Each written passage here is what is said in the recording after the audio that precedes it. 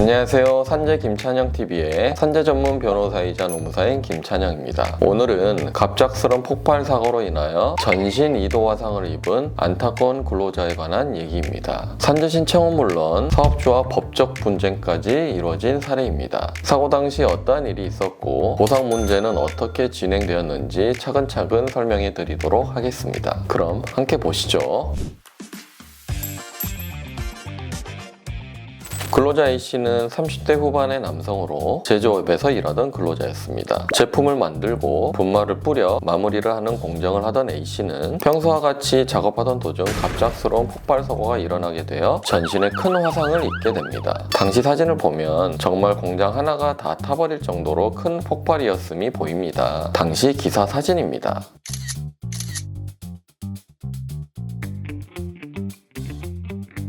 A씨에게 경위를 물어보니 평소와 다름없이 분말 작업을 하고 있었는데 건조기계가 갑자기 폭발했다고 진술하였습니다. 사고 조사 결과는 관리 미흡이었습니다. 건조한 환경에서 분말을 사용하였고 방전 방지를 위한 안전조치가 미흡했습니다. 그리고 작은 스파크가 대형 폭발로 이어져 관리자의 안전관리 의무 위반이 명확했습니다. A씨는 이번 사고로 인해서 얼굴, 팔, 다리 그리고 온몸에 전신 2도 화상을 입게 되었습니다.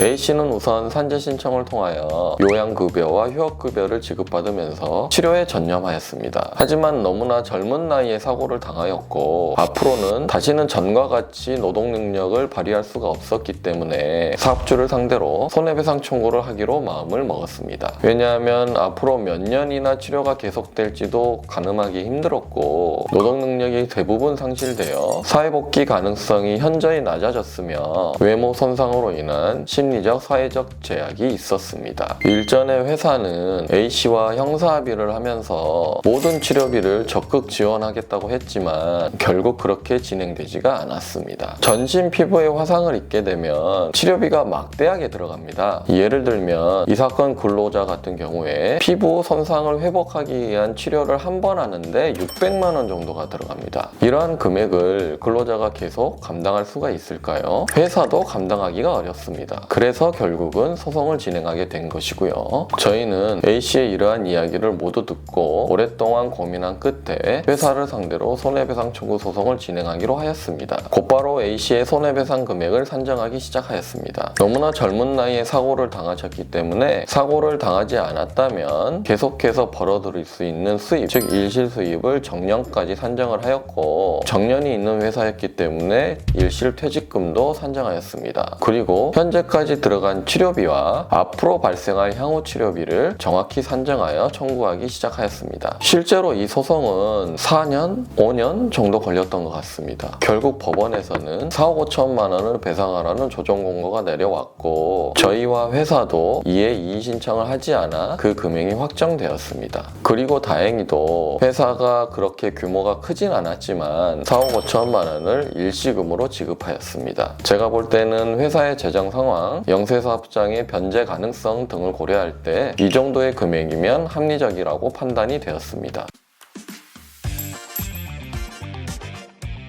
오늘 사건처럼 산재 사고를 당하신 피해자분들을 만나보면 이런 말씀을 많이 하십니다. 그냥 평소와 같이 일하러 갔을 뿐인데 이 사고로 제 인생이 달라졌습니다. 그래서 저희 같은 사람들은 단순한 법률 대리인이 아니라 다시 일어설 수 있는 길을 찾는 동반자라고 생각을 합니다. 지금도 산재 사고로 인하여 치료 중이시거나 민사소송이나 행정소송을 고려한 분들이 계시다면 전화 주시기 바랍니다. 제가 직접 전화를 받으니 편하게 상담 주시면 감사하겠습니다. 오늘 영상도 시청해 주셔서 감사하고요. 구독, 좋아요, 알림 설정 부탁드리겠습니다. 감사합니다.